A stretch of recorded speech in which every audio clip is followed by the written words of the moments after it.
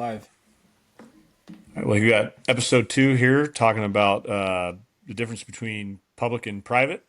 So, Mason, how's your season going so far? Obviously, you hunt private. Yeah, mostly private. Today was good. Saw a lot of bears, a couple bucks. Um, yeah, lots of bears, man. These bears, I swear, have been coming down more and more, just further down off the mountain. I haven't seen this many bears in a long time, so it's been it's been pretty cool. Pretty much every time I go out, I'm seeing. I haven't, yeah, I haven't seen any like sows at all this year. I've only seen big boars, both on public and private. That's good. Yeah, a lot of guys don't realize like if you want to. Obviously, we don't have a spring bear season, so this is the best time to go hunt bears. Is that October through November when the acorns start dropping? Yeah, yeah, and this is like last year was kind of my first year of like really trying to go bear hunting. I have killed one bear in the past, but this is like my first full year of like, you know what, I really want to kind of pursue this. And it couldn't ask for a better year so far in terms of just opportunity. Yeah, I just want to kill a buck first though. It's kind of my Yeah, don't goal, we and all? yeah, kill a buck Bears on the east first. side. You're right. Bears on the east side is like pigs on the west side. It's like you see them, but then you're like, gosh, I don't know, man. Like there could be a big buck around the corner. So then you're like, I don't want to shoot a bear right now. It's like you want to wait and until just after deer season. and especially on private when you're like, as soon as I pull that trigger, everything starts moving, and Right. it's like, I have 3 days left, or yeah, about 3 days, yeah. Yeah, So 3 days. it's like make it or break it now. If I'm pulling the trigger on a bear, it better be right there, Yeah, uphill from the road. uphill. Yeah, So exactly, exactly. But how many bears did you see tonight? two, two Two. bears. Yeah, Well, that one you one sent me the was video of was a giant. giant, a It's a giant. good thing I wasn't with you because you know what would have happened? I would have said, kill him, and we'd figured it out later. We'd still be in that hole tomorrow. Oh, 100%. So I hiked that a couple weeks ago. We had some leftover steers down in that canyon, and we had some cowboys try to go gather it, and ended up pushing the cattle down further down that drainage. So my dad calls me and was like, "Hey, can you come up to the ranch and help gather?" And I was like, "Sweet, yeah, I can do that. Like, do you want me on horseback?" He goes, "Yeah, like we'll have a horse. You'll be on that. You and my buddy Will are gonna go down there and gather it." And I was like, "Perfect." That was the whole plan. Day before, night before, I get up to the ranch and I go, "So we have no horses on the ranch during the summertime. They're all with the cowboys. We have a few of them that are ranch horses, and then most of the horses here are like private to the cowboys that work here." But I was like, "Hey, did somebody grab one of those horses for me from, our head cowboy's place?" And my dad goes, "Oh no, we had to change of plans. You're gonna hike down there." And it's very hard to like describe it because all it is just straight downhill. And so me and my buddy just walked about a mile, mile and a half through the brush, through the thick, and then circled below these steers, and then had to push them with a couple dogs and on foot back up to the road, which was uphill for a mile and a half, just in such steep, nasty country. Took, quite a few hours, and it was hot. And it was hot, hot. It was like it was 100 degrees outside, so it was not easy at all. We were both looking at each other like, "Oh man, I can't wait to be done with this." And so anyway, right where those steers were was where that bear was standing. And so I knew exactly what it took for me to get into that hole and to out of that hole. And I looked at my buddy Matt, who got set up on this bear. It was 825. He's a sniper. I mean, he's like, "Oh, money. And this thing was broadsides just sitting in the same spot for like 5 minutes. We're like, I'm like, if you want him, go ahead, but you have a broken back, and I'm the only one here. Like, this is gonna be a pain for me. But if you want it, like, we could call in some reinforcements. We we ended up passing it. We know where they go, so they're gonna come up above the road, and we're gonna have another opportunity. And especially with the amount of acorns we're seeing, I mean, it's unbelievable right now. You know, a lot of people don't realize too is like bears and pigs usually kind of have the same tendency on like how they act. You know what I mean? So it's like this time of the year when the acorns are dropping, obviously those bears are out and they're going to feed because it's a high fat content of food. Same thing with deer. Obviously, deer don't like when the acorns are brown. It's bitter at that point. But pigs and bears they're like little vacuum cleaners. So I mean, it's a good thing. Like you were saying, like with the deer, it's like, oh, I'm going to pass on bears for right now, unless one obviously is big and presents itself in an easy opportunity. Because obviously, you have 3 days. You still have till December 31st to kill bears. That's one beauty thing of California. You can hunt bears all the way up till December 31st, unless they meet the quota, which I mean they never do. But you still have plenty of time to kill bears. And obviously, on a weeknight in a hole, probably not the best place to kill bear. Exactly. But honestly, I'm Exactly. the worst. Like if I was with you, we would still be in that hole because I would have talked you into shooting that bear. I would have been like, "No, Mason, we're killing this bear tonight. We will figure out how to get it out." And I And then would have once we been were, so down. I was down. I was down to do it, except I just didn't want to do it by myself. right, I'm like, if I exactly. had some other buddies I was on the phone with two of my buddies. Like, I called them each individual. I said, if we shoot this bear, can you come? And they're like, yes. I was like, all right. Like, I needed a call, and we sat there for 5 minutes watching this thing, and I'm just dialing people like, we're gonna kill this bear if we shoot it.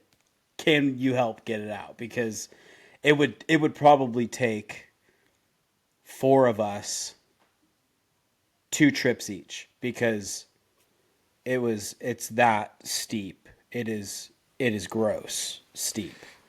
Yeah, well, that's like So that day that I was riding around with you, and I was telling you how like my oldest wants me to shoot a bear, like he wants to go bear hunting, and then the next day I had that come buddy on that was up. like, well, I Come might have on to hit up. you up on that. Either you shoot it when my kids are there, or I shoot a bear. One of us Go needs to shoot a ahead. bear. My boy has like been dying. I'm like, where are you getting the predators from? Like, he wants to go bear hunting, mountain lion hunting, bobcat hunting, and I'm like, well, two of those you can't do California here. is not the state for that. No, I was like, we can do bears, but we're not can't do the others. I said, and obviously when you get older, if you want to go out of state, we'll do that.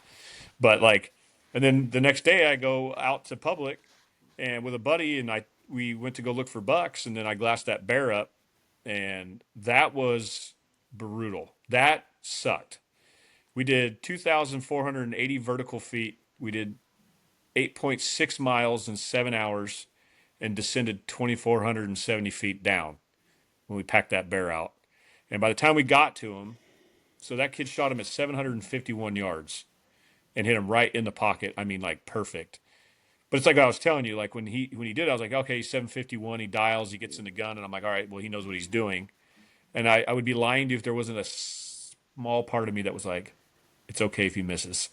And then when he shot that bear, I looked up there and I go, oh my God, this is going to be brutal. And it was every bit of brutal. And then Yeah. we got up there, and by the time we took pictures, we had him broke down and on our backs in a half an hour, and we're headed out because I had to pick him up at school. I had to pick my boys up at school at 5, and I got there at 4:49, and I was like, "Oh boy, I cut it close." But like I said, sometimes you forget where you're at, and you just send it. Yeah, that's a full send. This would Yeah, have been this would have been one of those full send moments too. It is maybe not as far, but it was just every bit as steep as you were talking about. yeah. Every bit as steep. And see, Yeah. and I think that's kind of like the topic we're on today is like the public versus private. Like I think a lot of people, you know, they get this weird vibe on like private where they're like, you hunt private. So like, I don't want to hear it. Wait till you try hunting public. And what I don't think people understand is like hunting deer, pigs, elk, or bears on private in California versus public, as I tell people all the time, it's like, okay, you're looking for a legal buck on public. Like you guys that hunt public, 90% of them are not trophy hunters, and that's fine. They're looking for just a legal buck. And I try to explain to people like, okay, we'll go to private and you can find legal bucks, but you're trying to find the right buck or the right bear or the right pig. And so I think what people don't understand they both go hand in hand when it comes hunting public and private. Like you've hunted both. I mean, what have you seen the difference and the similarities in both? Well, I mean, for one, I've been able to find animals on both. I personally have not killed anything on public besides my bear. I've not killed a buck. I have found legal bucks every single year that I've hunted on public. I've only been hunting deer for 3 years. It is doable, but to find that next caliber of buck on public, I have not found that yet. And that's one, because I'm very new, and two, I do spend a lot of time at the ranch. I have the opportunity to hunt big deer. It's hard, from somebody that has the opportunity to hunt big deer to go try to find other big deer when you haven't killed something on private. So, kind of like for my strategy this year was really, I started out on public land. I think I kind of went over that the other day, that I planned a high country hunt and ended up having a whole bunch of issues. Wasn't able to hunt for more than a day, and I had about 9 days taken off for that hunt. So big bummer. Then I decided to continue hunting some private land or public land closer to home and doing a couple, spurts up into the high country. And I was able to find deer. Nothing that I was interested in actually shooting. Then I'm starting to spend more time obviously on the ranch with the season starting to close. I'm not going to spend my time on public land. I'm going to find a nicer buck on the ranch. So, but I'm still on passing deer. I take pictures of bucks and send videos to, put them on my story for Instagram, and I send them to you. I send them to my fiance. I send them to my friends. I'm like, look at this buck. This is a cool buck, but I'm not going to shoot it. Like, it's not one that I'm interested in, and I'm still looking, and it's honestly getting a little stressful. I know I'm going to kill a nice buck. I will get a buck, but is it that next caliber? I hope. We'll see. Hopefully tomorrow, but I don't know. And I feel like people have this thought in their head that, oh, it's just so easy. You just drive down the road and you just shoot it. I mean, yeah, you can, potentially. I mean, but if you really care about what you're doing and, like, looking for something that actually gets you excited, like, it's going to take more than just driving down the road. I mean, it is setting up trail cameras. It's spending hours behind the glass. It's, finding and exploring your property. I mean, obviously it depends on how big your property is, but even just 1,000 acres or a couple hundred acres is big enough for you to really, like, explore and find some, different pockets that the deer go into and different glassing spots and, move around. Like, I mean, I've hunted different private properties that are, 30 acres to, thousands of acres. Like, I've done it all so far. So I'm still picky no matter where I'm at, because And there's nothing wrong with that. and that's just me. I mean, people might, have their own opinions on, oh, you're spoiled. That's what I get a lot. I hear that all the time. But I don't think that I just deserve Yeah, but the you don't take it biggest for deer. granted. That's exactly what I'm trying to say. Yeah, Thank you you. don't take it for I granted. don't take it for granted. I am still going to work my butt off. I try all different types of hunting. I mean, I still hunt. I spot and stalk. I do drive roads. I, have made little makeshift blinds for things. I've done it. Like, I do whatever I can to try to find these bucks and bears and hogs. And, turkeys are just whatever. But I do whatever I can to find these animals and be selective because I have that opportunity to. And it's not easy. It's not. You're looking for one deer on a property. Well, on Yep. public, you're typically going for a legal deer. It's I don't know what the ratio would be, but I bet it's pretty close to, finding that one buck compared to the 100 deer that you might see. And, there's going to be like, 4 or 5 legal bucks that you see. Like, you're probably going to shoot one of those on public land, in my opinion. Right. Yeah. Because I think a lot of like what people don't realize is like, when you hear people say like, oh, like, deer know when deer season's coming. Deer don't know what today is, what tomorrow is, or what yesterday was. Deer are deer. Big bucks know one thing that's coming, and that's the rut. They're lazy. They're old. They're lazy, and they just don't get up. And what people don't realize is hunting private, a big buck could go lay in a brush patch somewhere. It doesn't have to get up. Like I have a buddy, his his dad back in the day, they were hunting in Colorado, and it snowed for 3 days. And 2 days after it snowed, his my buddy's dad's buddy shot a 29-inch 4x4. So it hadn't snowed in a day. They shot him in his bed. There was not one deer track leading up to that bed. That buck had been there for 4 days, if not longer. And so, like me, like I've hunted, and that was on public, obviously. So deer, bears, pigs, like big animals are lazy. They don't have to get up. And so, like I tell people, is like when you're hunting public, you've got all these people hunting together, virtually where they're all hunting together, even though they don't know each other. But you got guys pushing brush, guys are driving roads, and so deer get pushed into areas they may not ever be in. You know what I mean? Like that's why you see guys like, oh, I was driving down the road and a buck ran across the road in front of me, and I shot a giant. But what he may not know is that buck was laying up on the hill, and some dude was working the ridge and jumped him, and that buck ran off the hill and happened to run across the road in front of somebody else, and they got lucky. So it's just being in the right place at the right time. But on private, if you don't go walk that ridge, that buck will lay there all day. And you get pictures Mm-hmm. of him every day at night at 1 o'clock in the morning. He's getting water, and you're like, where is this deer at? Or you have a water trough he shows up every day at, but what you don't realize is he goes 3 miles from where that water trough is, and he's on the neighbors.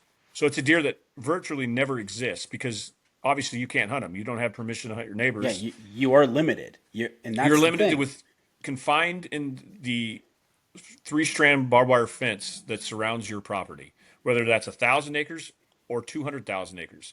I mean, I got it to Hone. That place is 270,000 acres, and you'd be surprised how often the animals are on the fence line where we're waiting for them to come off the neighbors. Happens more often than not on 270,000 acres. So it's crazy. So like, and I think what happens is people that hunt public, they get frustrated because they don't see stuff, and then they see a guy on private, and they're just and they it's like jealousy, and it's sad because as hunters we should all be thankful and happy for everybody, whether it's a 6-inch foghorn or a 30-inch, 200-inch deer. You know what I mean? Like we're all in this together and we're all hunting. But private and public does it. It hunts the same. It's just the only difference that I've ever seen, and I've guided and hunted private and public. And what I've noticed about private land deer or bears or pigs or whatever is obviously they're not as cagey or they're not as like scared as they would be on public. Obviously, you know what I mean. Like you get a buck that grows up on say your ranch, he's not going to get shot at obviously until he gets old enough. So a lot of times he'll just lay there and stare at you. But that's just you have to catch him in the right spot, laying in the right spot, you know. And so I just think it's funny how people give private land hunters a bad name, thinking it's just easy. Like they think like as soon as you open the fence, you're going to drive in and there's going to be 100 deer and all these bucks are laying everywhere, and you can just, I'm going to shoot that one. It doesn't work that way. No. I mean, You know, the chances of it happening are possible. Does it right? happen? Not very often. Not very But often. no, and I think honestly, like if somebody gets a chance to hunt private, like it would put them in a better I guess it give them a better perspective on like how it's still hunting a wild animal. You know what I mean? They're not as pressured as say public animals. You know what I mean? Like they're going to be more willing to lay and look at you. Just obviously they're not scared. They've never been shot at. But still finding the right one is the hardest thing to do. Like you're trying to find the right animal that may or may not exist on a very small piece of real estate that you own or you're allowed to hunt or you're leasing it or whatever. And I think a lot of people get the misconception of hunting private. They think it's just super easy. And I would tell anybody that hunts public, like, hey, come on private. These are the rules that you have, and you got to find a big deer. Go. You have all season, and tell them like it's got to be this big, and you would be surprised how many deer they don't shoot. You know, Yeah. I mean, and also what I was just thinking, like, okay, so you grow up on a ranch, like me. I'll be the example. I've been able to be blessed enough to hunt this ranch. I have now killed some nice bucks over the last 2 years. I go to public land. I'm gonna keep hunting hard when I go to public land. I have to keep trying because I'm not finding things that I'm interested in shooting. I'm not the kind of person. Maybe there are other people out there that do give up. I don't like to give up. I will continue to hunt in difficult areas, and I have put in a lot of work on public land when I'm able to get out. And I feel like if you grow up shooting bigger animals, you do get forced to hunt harder when you don't have the privilege of hunting a piece of private and you have to go to public. So, unless you're comfortable shoot, I mean, people we could talk about size and all that stuff. I personally am probably not gonna ever really want to shoot a forky, but that's just me because I kind of have a safety net in a sense where I know I can get a nice deer that I will always have meat in the freezer. That's right? at least my perspective. But somebody else that might not be able to fill their freezer all the time and they want that meat, I'm all for it. That does not matter to me. But I do believe that just because you hunt private or you have hunted mostly private does not mean you're less of a hunter, in my opinion. And I know that is very controversial. I know people that, hear this are probably going to have their own comments. I've already had multiple discussions with people online. It is what it is. I still like to hunt both private and public, and I have a blast doing both. Oh yeah, I had two ranches for 14 years, hunted private, and just the last 2 years I've gone back to public, and I've had people tell me, oh, I don't want to hear it. You hunt private, and I'm like, well, public or private, it doesn't really matter. I'll find bucks and I'll kill them. Uh, Last year, obviously I didn't have the ranch. Tried some public, dealt with a lot of people, and I'm like, man, this isn't this is not for me. It was actually funny. My oldest, we were riding around, and he goes, Dad, can I cuss? And I'm like, well, go ahead. What are you gonna say? And he goes, this place sucks. And I go, why does it suck? And he goes, there's a lot of people and there's no deer. And I'm like, well, welcome to hunting public, son. And my buddy goes, man, you're bougie kids. I'm like, well, that all they've ever known their whole. I mean, only they're 6 and 4, and I mean, but they haven't lived a very long life, obviously. But I mean, their whole life has been known as private. So then when I went to public, we started racking my brain. I'm like, man, dude, I got to find a place where I can go, where I can get away from people. I got to find unpressured deer. So I got on Onyx. Obviously, guiding helps kind of figure stuff out.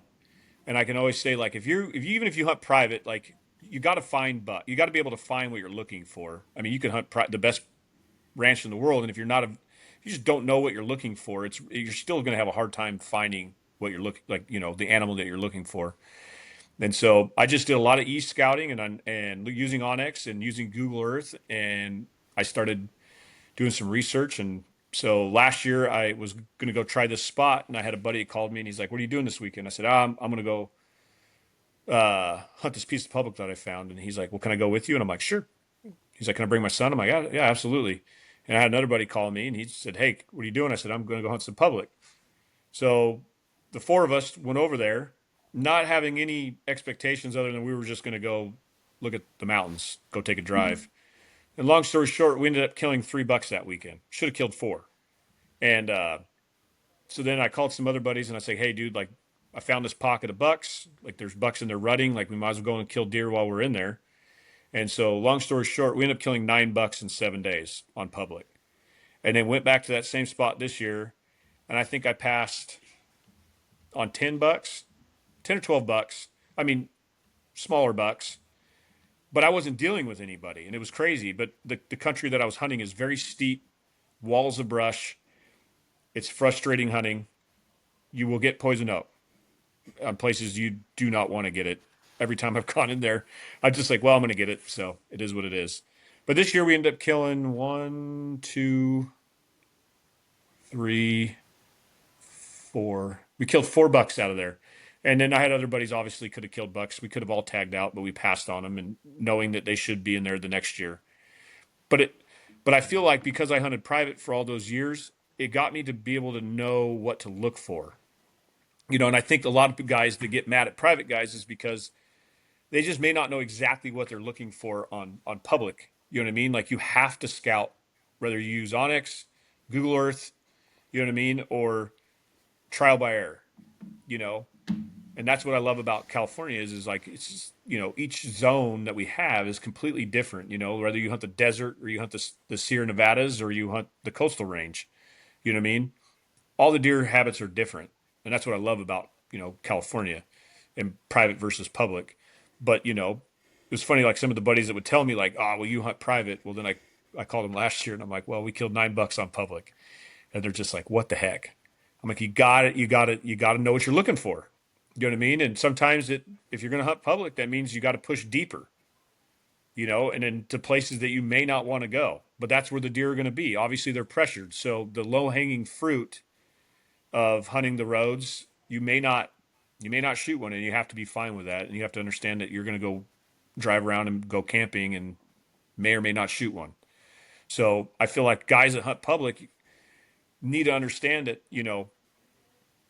it's how hard or how bad you want it and how hard you want to work for it. You know what I mean? And sometimes it means bailing off into some hellhole in 112 degrees and being like, well, this is going to suck, but we're going to, we got to do what we got to do if you want to kill a deer. Yeah. Yeah. You know? Yeah. It's a challenge no matter what. And I know a couple buddies. One of my buddies has access to 40,000 acres in California. Big ranch. He has killed 2 deer in the past 12 years. And he's a hunter. He's more of a waterfowl hunter than he is a deer hunter. Clearly, he doesn't put as much time into deer hunting. But when he goes out on that ranch, he would spend quite a few days out there. And he's on 40,000 acres. That's one of the largest ranches in California. And he cannot find a buck. Like he wouldn't find a deer. He'd find maybe a doe or 2. And granted, I don't know how he hunts comparatively to me. I know he spends a lot of time glassing. I know he would drive roads. I know that he would hike. He would do little things like that. I don't know what he would, predominantly do. But the crazy thing is that people seeing that ranch, they're probably like, oh, it's a given. You'll kill a buck when you walk through the gate. And he knows all the people that work there, and very few bucks are ever killed. There's just not the numbers, or people just don't know how to hunt that property. I don't know what it is, but it is not a given. Yeah, I think it's like where I live. You talk to a lot of the ranchers that live around me, and they'll tell you like, we just don't have the deer. I'm like, well, how are you hunting? Yeah. Well, we went out the other day for an evening hunt. And we didn't see any deer, and we've done that 3 times this year, and we have yet to see a deer. It's like, well, you really haven't even tried. You know what I mean? Like, take somebody like me. Like, I know, like, if I had access to the places that these guys are hunting, I'm going to be there as much as possible and put 100% into it. And I will find a buck and I will kill it and I will grind one out. You know what I mean? And it may take me from the start to the very last day, but I promise you I will find a deer.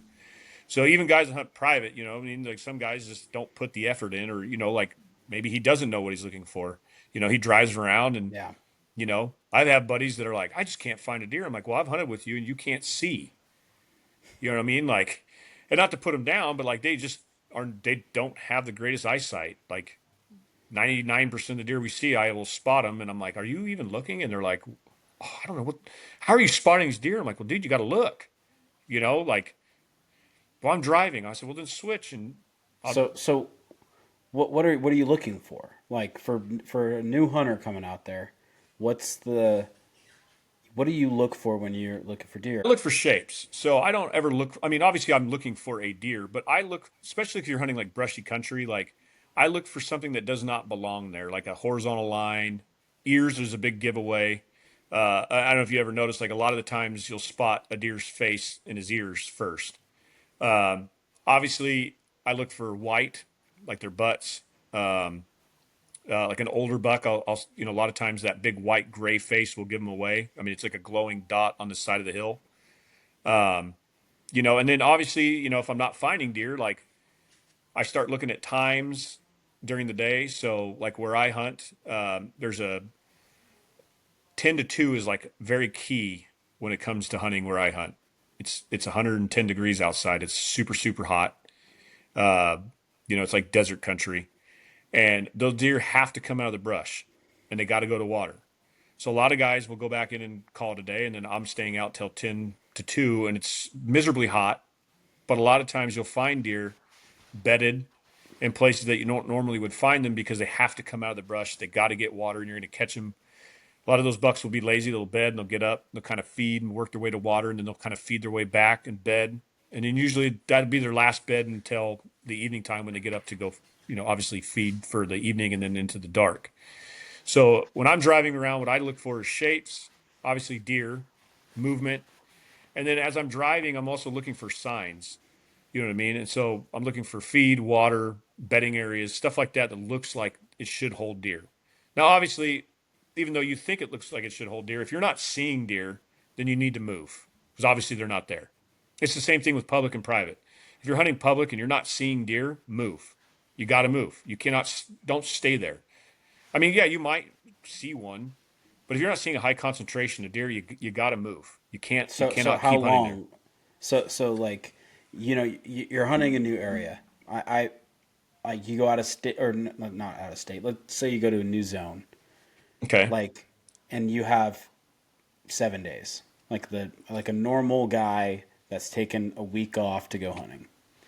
How many days are you So, staying without seeing deer before you're like, all right, I gotta go? so my style of hunting is kind of weird. I'm like a run and gunner. I like to stay mobile. So like, you know, you take a guy that takes a week off, tows his trailer up somewhere, and then he's kind of stuck to that area. I mean, obviously trying to tow a trailer to a different area, you know, obviously sucks. So like what I try to do is be very minimal and light when I pack to go hunt, whether I sleep on a cot or in the back of my pickup. Like I try to stay as mobile as possible. And so what I do is like if I pull up to a spot, like just say like where I hunt this year, I'll pull up to a spot to glass, and I may like because I'm glassing at first light. I'm glassing a west face or yeah, first light. I'm glassing a west facing slope, so that's going to have the most shade in the morning. So I know I have about roughly 3 hours before that sun's going to hit that face before these deer are going to move back to bed somewhere.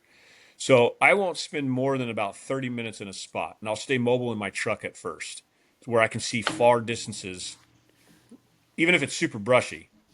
And then what I'll do is I'll pick it apart. If I don't see anything, then I'll move down the ridge and I'll glass another part of it. And then if I don't see anything, I'll just keep moving. And then I work my way back on that face and I just keep working. Because eventually what happens is those deer might be in a cut and they're just kind of feeding their way out. And then eventually you're going to see them, you know. And then if I know like, okay, now I'm seeing a lot of deer, or if I know like I've seen a buck in that area and I want to, you know, obviously I'm hunting them, then what I'll do is I'll wait until that sun's starting to get high on that face or it's starting to get brighter because Because I know like that buck could be in a cut somewhere and it's shaded and he's in there feeding and he's just going to wait. And as the sun hits him, he's going to move his way out and he's going to work his way over the ridge and get on that shaded face. So what I do is I'll wait for that moment and I know like, okay, I got to be here when that sun starts hitting his face because he's going to move. And not every time, but a majority of the time I will find a deer that will come out of one of those cuts that you cannot see in and he's going to move up and over. Hopefully I'm in a position where I can shoot him. If not, then what I'll do is I try to pattern him. So if I know if I'm in 7 days there and by day 2 I found him, what I'll do is instead of chasing him up over the hill blindly and not knowing where he's going to go, I'll leave and go find another deer. I'll come back in the evening and see if I can find him again. If I can't, or say I can't get around where he went, then I'll let him come back out in the morning and I'll watch him again and I'll roll the dice. And hopefully by day 3, I have him figured out enough to where then I know like, okay, I'm going to sneak in there, get the wind right, and hopefully he'll feed back out and I'll be close enough to get a shot. So that's kind of how I usually will do my hunts. As I it's like, I guess the best way to put it would be like a calculated speed hunting. You know what I mean? Like, Okay. so I try to find concentration of deer, and then once I find them, then I'll work those deer the best I can. Yeah, really sift through trying to find what Correct. you want. Okay. Right. All right. That makes And sense. so like, yeah. And so like a guy that's not picky, obviously, if you find a buck that's legal, it's like, dude, like, especially a young buck, like you can get away with a lot of stuff on public or private that you don't think you could get away with a young deer. You know, especially like, like just say like a year and a half old buck that's a forked horn. A lot of guys are like, oh man, like, deer read off of energy. So if you're super pumped and excited and like you're all over the place, you're like, oh my God, there's a deer, and you start moving really fast, it gets them nervous. I've got I've got away with a lot of stuff on deer just being very calm and just, especially on young deer because they're with their moms, you know what I mean? And does aren't really nervous. They don't get shot at. So it's like, I mean, they're nervous, but you can get away with a lot. I mean, you can get in within 200-300 yards of a doe. And a lot of times they'll just stand there and look at you, and they might trot up a little bit and stop. So, you know what I mean? Like, I think a lot of people, if you could just stay calm, find deer, and then hunt those deer. It's like like fishermen say, you don't leave fish to find fish. Well, don't leave deer to find deer.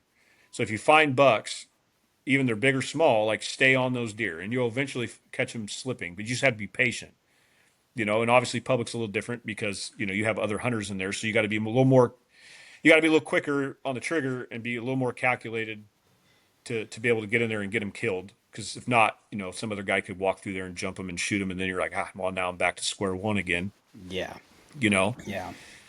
I learned real So, quick on, not to cut you off, but I learned real no, you're quick good. now, like on social media, I was so used to like posting deer at hunting private, I didn't really care. And then now that I hunt public, it's like, man, I hear through the grapevine, all these people are like, man, where's Preston going? I'm like, dude, like, so now I'm like, okay, make sure there's no topography in photos, make sure there's nothing that anybody could like, something that they could see a mountain in the background or something to be like, I know exactly where he's at. So like anybody, public land hunters that know if they're good, do not post anything on social media with topography in the background because there is people that will find it and then they will go hunt there.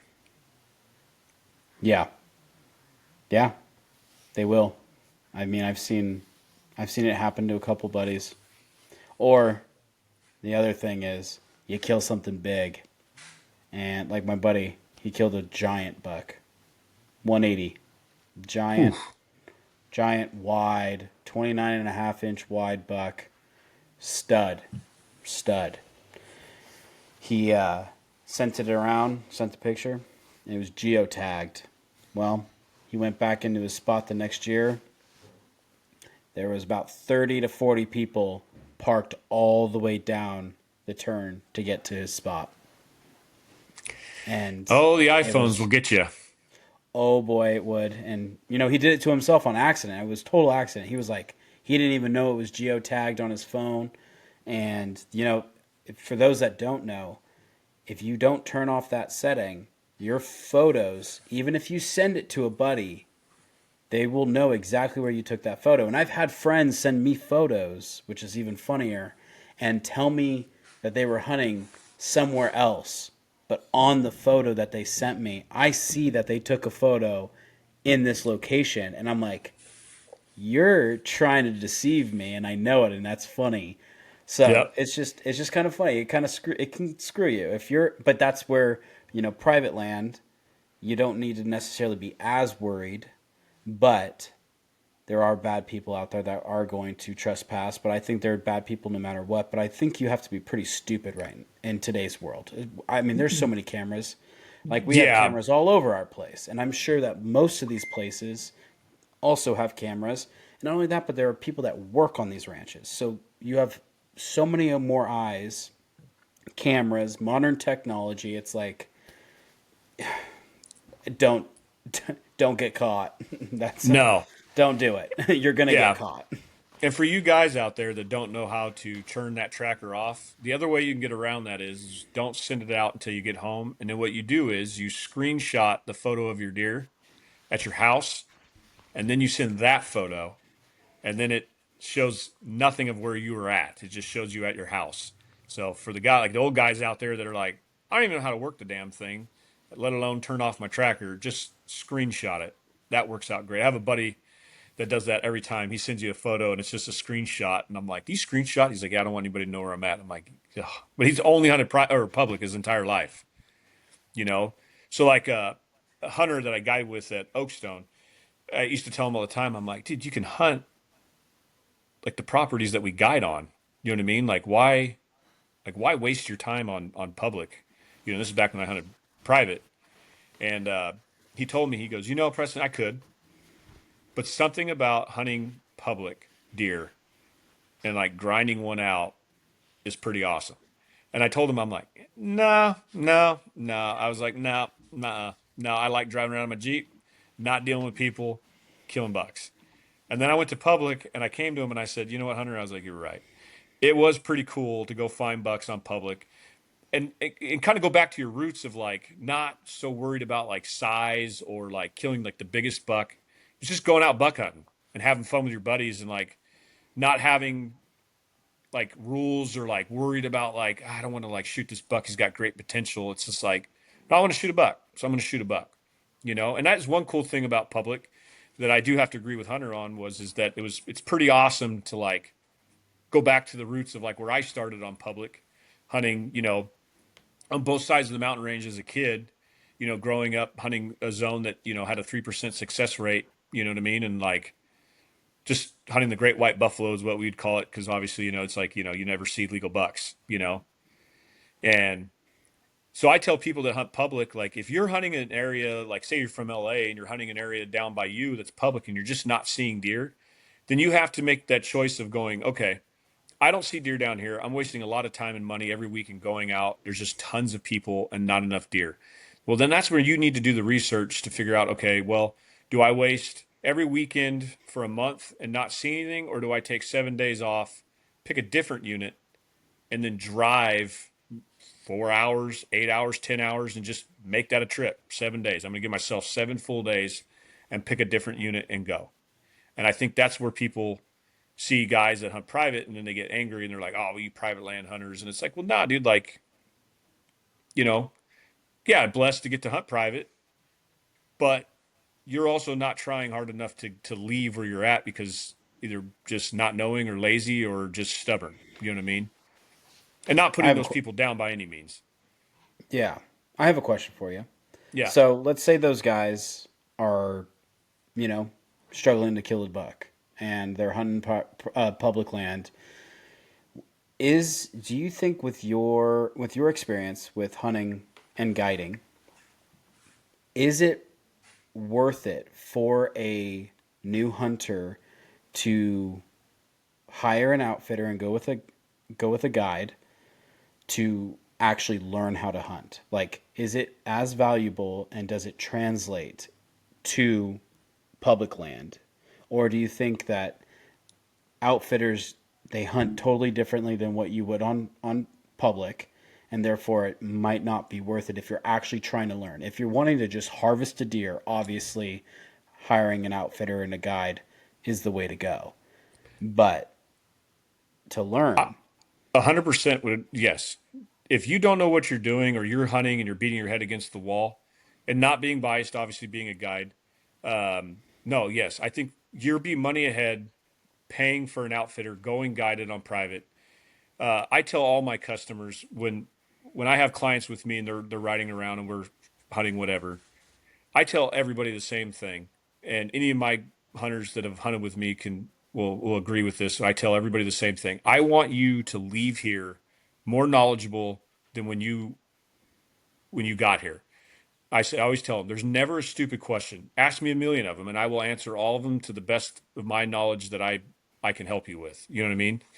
And so when I have guys there, like they are constantly picking my brain on like what to do, and I always tell them, I'm like, dude, I want to get a picture sent from you to me, being like, dude, I left here and then I went and hunted an area by myself, and I used what you showed me or taught me, and I got a buck. And I'm like, that's great. That's awesome. That's exactly what I want you to do. I want you to learn while you're here.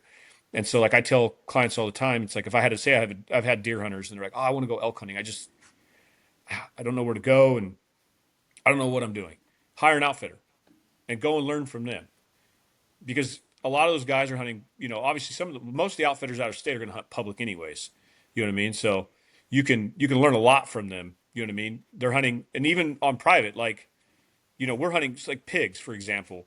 I mean, we do like 200 to 300 pig hunts a year. You know what I mean? So those pigs at a point become really smart. You know what I mean? Like they'll hear a truck start 2 miles away and they're already running. So you have to be super smart and calculated on how you hunt them. Because if you don't, you're spinning your wheels and it's private. They're actually I bet you those pigs are more pressured and harder to hunt than if you were to find a pig on public. And so I tell people all the time, like if you don't know what you're doing and you're having a hard time on public, go with an outfitter and pick their brains. I can't speak for every guide. I just based off of what I tell my clients is, I want you to learn from me. There's never a stupid question. Ask me a million things. And so, I'll spend hours driving around with these guys just talking about hunting and what makes me successful or, like what some of the tricks and trades they can use, and so like a good trick or a tip that I always tell people, like if you're hunting public and you come across pigs, if you're going to go through the standpoint of not caring if say it's a sow with piglets, I don't think a lot of people know this, but if you see piglets and a sow, if she's a good mom, she's not going to leave her babies. So if you got a piece of public and you find pigs on it, if you're in say the pickup and she's running across the road, you know what I mean? Like if those piglets get separated from her, like say they come running by the pickup and you stop and those piglets stop on the side of the road, she's going to stop and she will not move until those piglets get across the road to get to her. So I tell a lot of people like, hey, in that situation, like, if you want a pig, and they have piglets, if she gets separated from them, she's going to stop. That's a good opportunity for you if you want to shoot one to shoot it. If you're not caring about managing, obviously, public lands. Me personally, I would say leave her alone. That's just a bunch more babies that are going to come. You know what I mean? That you can hunt later. But there's some guys that just don't care, and so like those are things I try to teach people, like or what to look for. Like some guys, like on public, they don't know what a pig bed looks like. Well, it doesn't look like a deer bed. It's you know they're very distinct beds, so it almost looks like caves. Almost like they'll just root the side of the hills out and they'll lay on these flat spots. And so you could drive by and you're like, oh, that's squirrel damage. No, those are pig beds, Hmm. or where to even look for pigs. And so I tell people all the time, yes, if you don't know what you're doing or you're having a hard time hunting public, go with an outfitter and you can learn a lot in 3 days. Because you'll be on a lot of animals and you can learn a lot and get somebody that hunts every day. You know what I mean? That'd be like going golfing with a professional golfer. You know what I mean? Or like going fishing with a professional bass fisherman. Like you're going to learn a lot in a day or 3 days with that person. So yes, 100%. If you don't know what you're doing or if you're having a hard time, go with a guide. There you go. Yeah. I have a couple other questions. Yeah. Um, Let me see. What was the other one?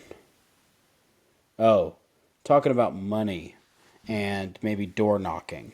Like, how important is money in today's world with hunting? Do you think that you need a whole bunch of money to be able to get into the hunting industry and get into just hunting in general, or what's your take on the whole money situation? I mean, there's a lot of people that just throw around like, oh, you're rich, you have private land, you have money, like, you have access. Like, is that the only way to kill big deer? No. Uh, big guys kill big bucks on public every year. I mean, constantly big bucks are killed on public. Um, if you want to go the private route, yeah, it's going to cost you money. I mean, obviously, unless you knew somebody that owns private and they let you hunt it for free, it's going to cost you a ton of money to hunt public or to hunt private, which rightfully so for the landowners. I mean, they want to make money. I mean, this is the first year that guys that have cows are actually making money, anyways. But for the most time, they want to make money.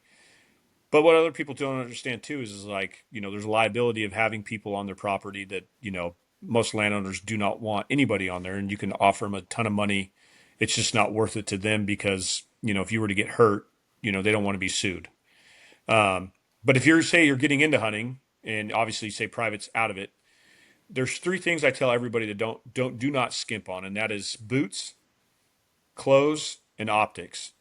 Because if your feet are worn out, you can't hunt. If you're cold or too hot, you're not going to be able to hunt. And if you can't see them, it doesn't matter if you have a $50,000 rifle or a $100 rifle. It's a paperweight at that point. You can carry around a nice looking rifle, but if you're not using it, then what's the point of owning it? And a $300 rifle shoots good enough to where you could kill a buck. You know what I mean? So I tell guys, like, if you're starting into hunting, you know what I mean? Like, I'm not telling you to go out and buy Swarovskis, but you could buy Vortex at a fair price of, you get a nice pair of binoculars for like $500, good enough to get you by for what you're doing.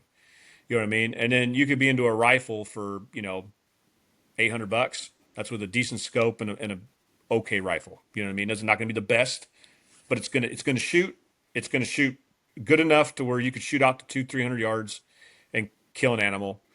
You know what I mean? But if you're gonna buy something expensive, I would pick good boots and at least good hunting gear, like good pants, clothes, stuff like that breathes well, that uh, dries out quickly, that's waterproof, good stuff like that. So I mean, a guy that's getting into hunting, I mean, you could be into it for 2 grand at the most. You know what I mean? Yeah. And you can get away with a lot. I mean, dude, I remember when I first started hunting by myself. I was 18. I had no money.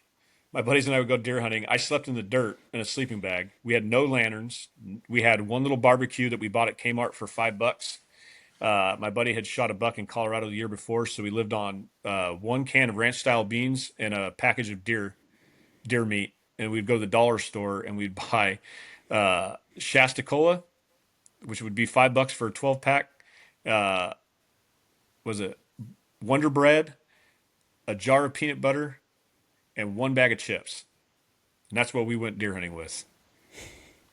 And you know what I mean? So like, you don't need a lot. You don't really need a lot. Like, you don't need a Jeep. You don't need a side by side or a quad.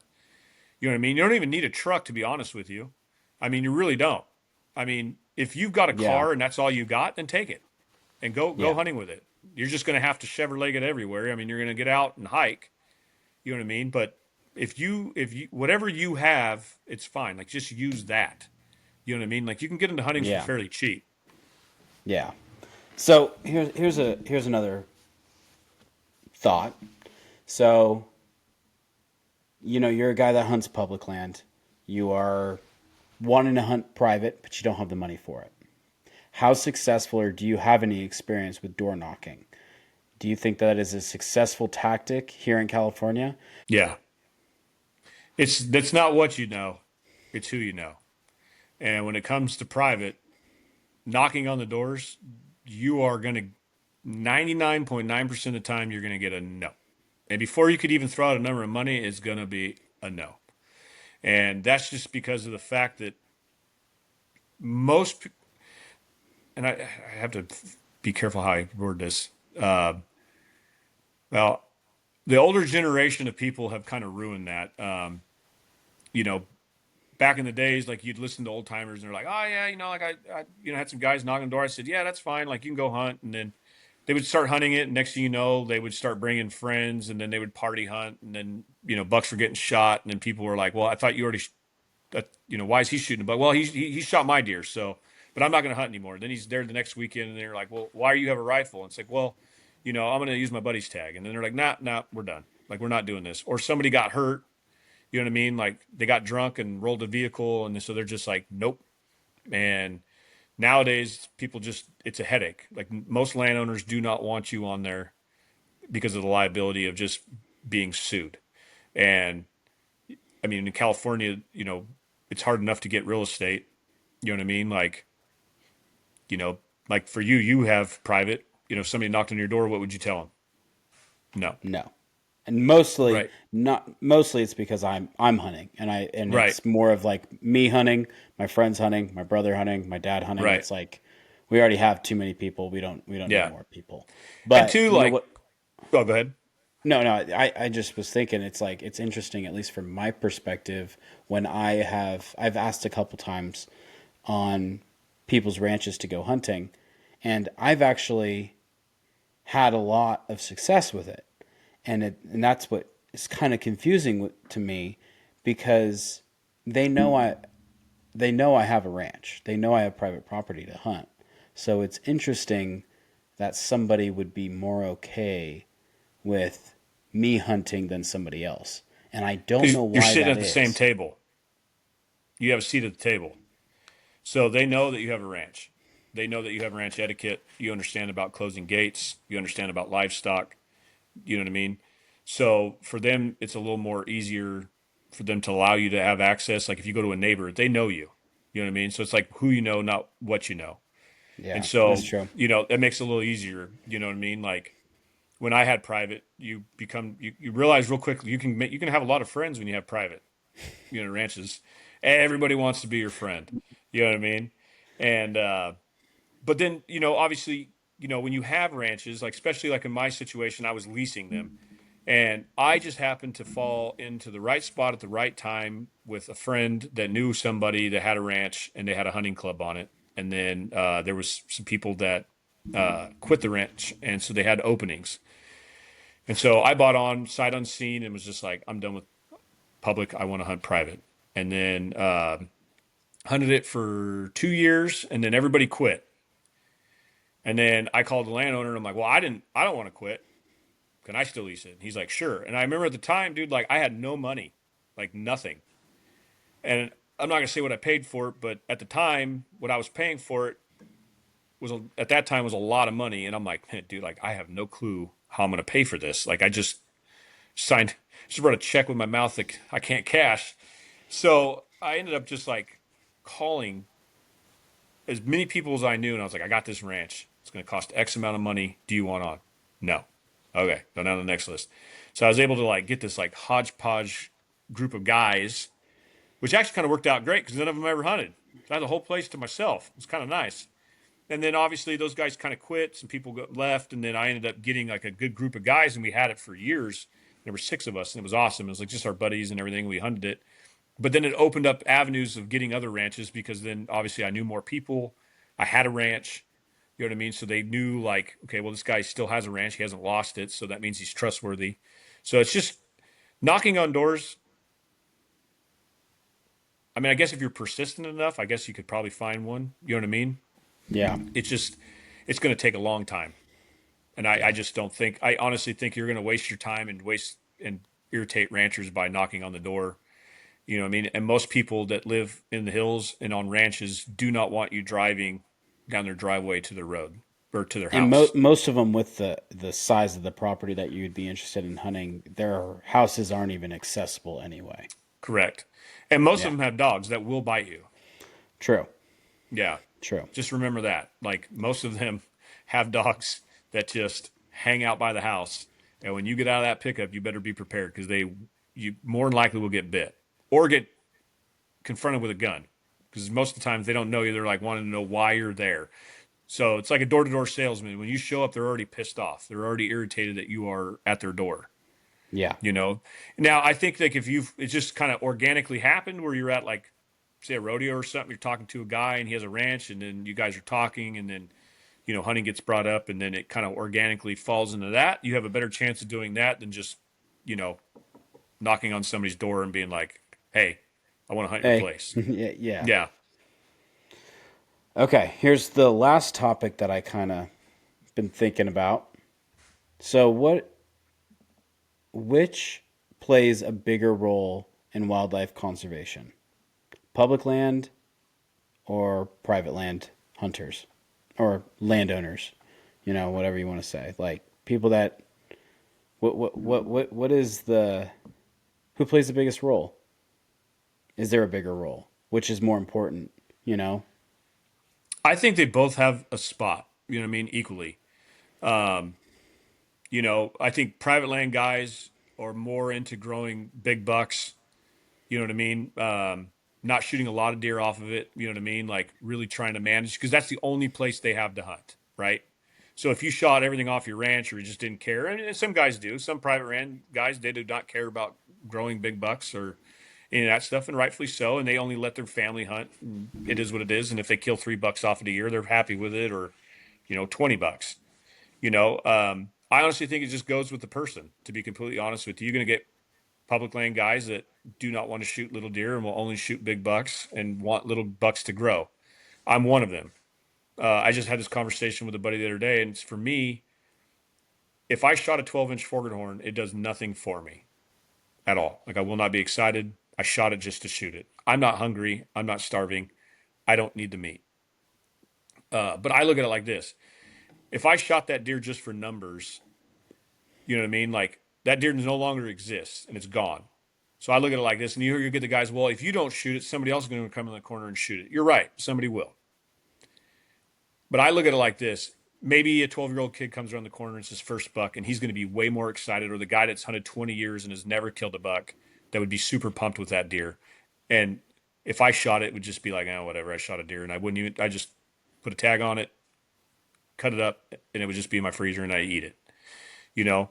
So I think both on public and private. I think most people, like public land guys, are really good at like keeping public lands open. I mean, private land guys want to shut it down. So it's both sides. You know what I mean? Like private land guys, if it's landlocked and they have to allow access to public, they're going to do everything they can to get it shut down. You know what I mean? And then you're going to get the public guys that want to keep it open and keep public lands open for public to be able to enjoy it for all walks of life, whether that's hunting, fishing, hiking, guys that just, photographers, whatever, just people, everybody, not even including hunters, that just want to enjoy our public lands, you know what I mean, and enjoy seeing the animals that are there and being able to harvest them. So I think both sides do a great job, you know what I mean, as far as being stewards to the land. You know what I So mean? so what could a public land hunter do to support wildlife conservation? We have all these laws, we have a lot of things that we don't agree with, in our state. What can a private or a public land hunter do to support wildlife conservation in today's world, do you think? Join the federations like Mule Deer Federation, California Deer Association, Rocky Mountain Elk Foundation, like get involved. I think as hunters, we bitch a lot and complain to ourselves and to our friends, but not to the right people. You know what I mean? Like make your voices heard. If you don't like something, fix it. Like right now, you take the D7 Hunter page with the wildfires. D7 Hunting page has done a great job as far as complaining and giving the right access to the right people in Cal Fire to open in the forest department to open the forest back up. You know what I mean? And I agree on both sides. I understand where Cal Fire and the forest rangers are coming from because obviously, we don't know how bad the forest is. The guys that have gone around the barricades have only seen this very small part of the forest, and they're like, well, there's nothing burned. There's a lot burned, and winds, snow, like trees fall, and burnt trees fall very easily, and it could kill you. You know what I mean? But like those things, joining those Facebook group pages and stuff like that, it really gives a voice to the people that don't are never heard. You know what I mean? So if you see something you don't like, voice your opinion, make it known, and stay loud. You know what I mean? I The other Yeah. side of it that doesn't like hunting, they're the loudest. Yeah, I think that's a perfect plug-in for joining Howl for Wildlife, Yep. signing up for these conservation action groups, making your voice heard. Hmm. I think that's a perfect thing to say. Yeah, That's awesome. Yeah, because it affects everybody, public and private guys. Yeah. Eventually hunting may go to the wayside in California. You know what I mean? It's Uh, under I attack hope we every never day. see that day. I hope we I never hope we see don't that either. day. You know, it makes me worried about my kids. One day like not being able to have a place to go hunting because it's not legal. You know, so like I tell anybody, if you don't like it, make your voice heard. Yeah. And for private land guys, I work for a conservation agency. I help private landowners with grant funding and implementation of conservation projects. That's my job, and that's also a passion of mine. So there are so many things that private land people can do to support wildlife conservation. And, I don't want to overlook the fact that private or public land people can still make an impact.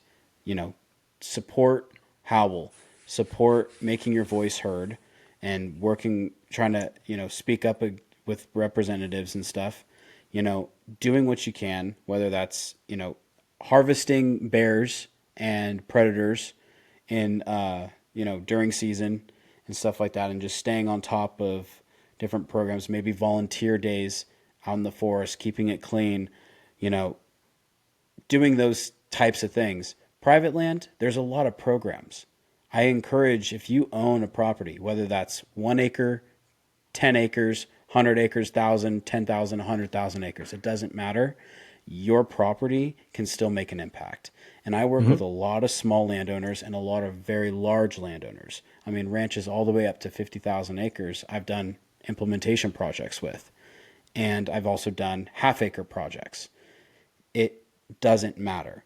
You will still make an impact, whether you're planting native plants, whether you're improving your water infrastructure, whether you're making more wildlife friendly fencing.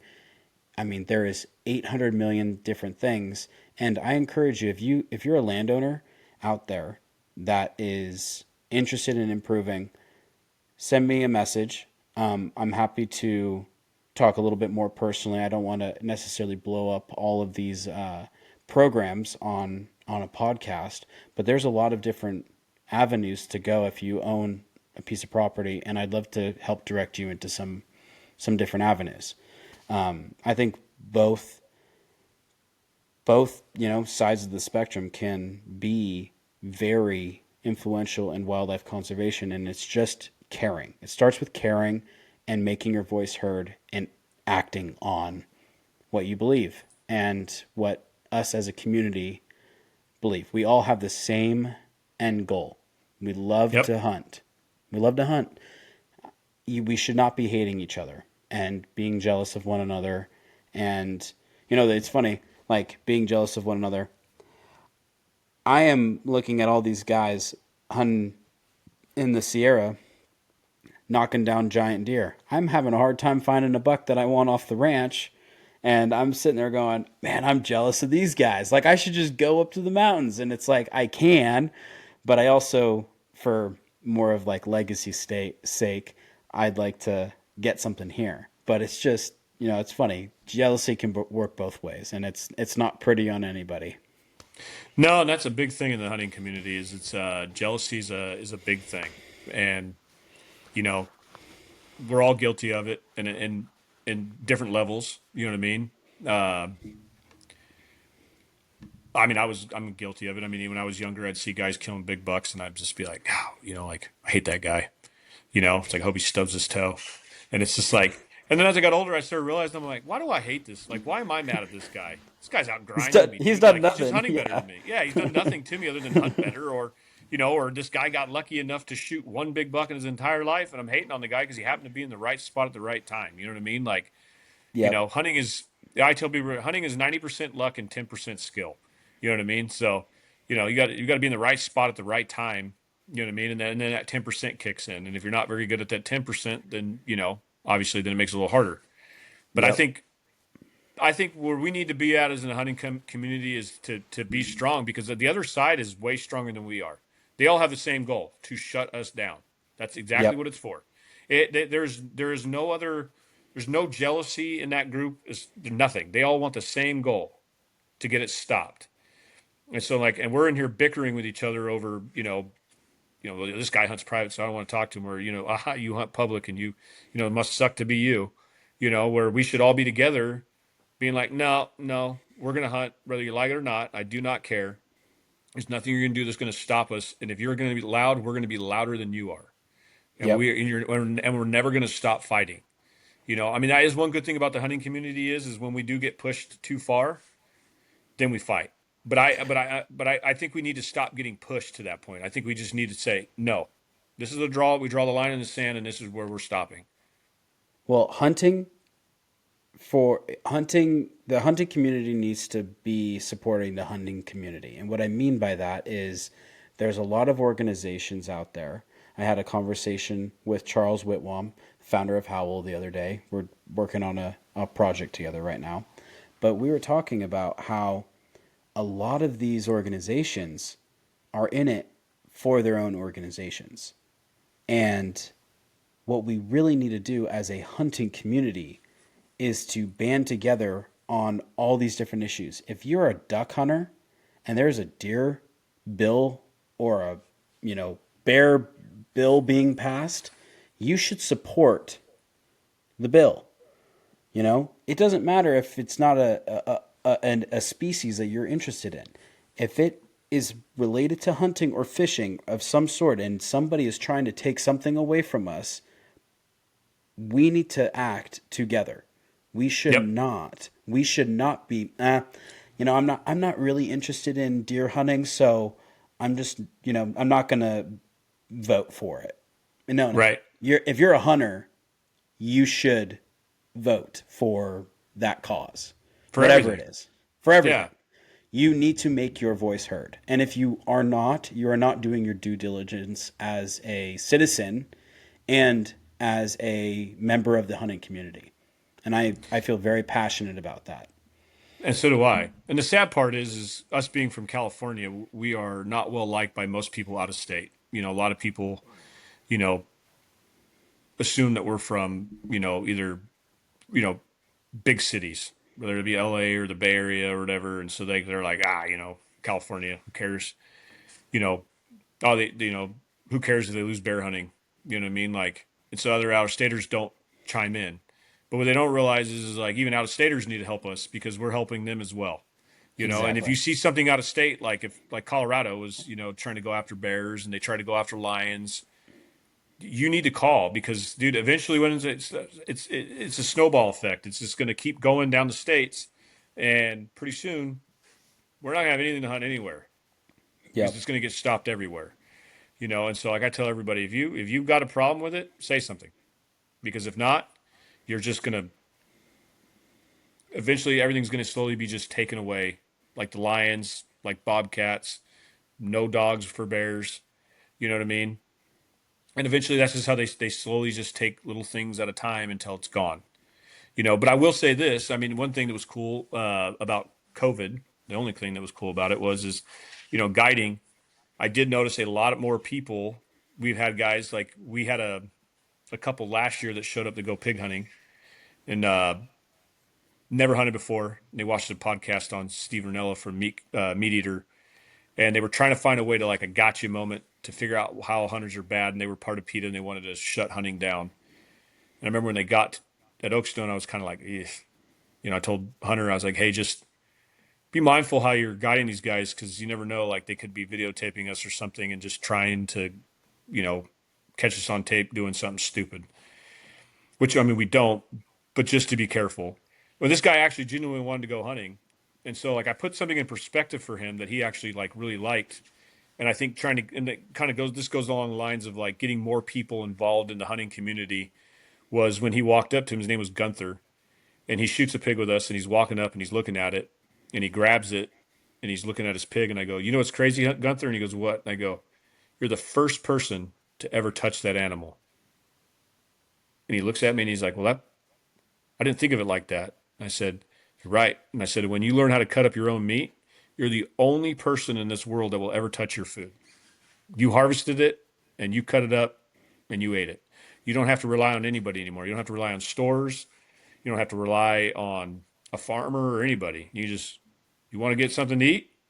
you can go kill it and you can butcher it.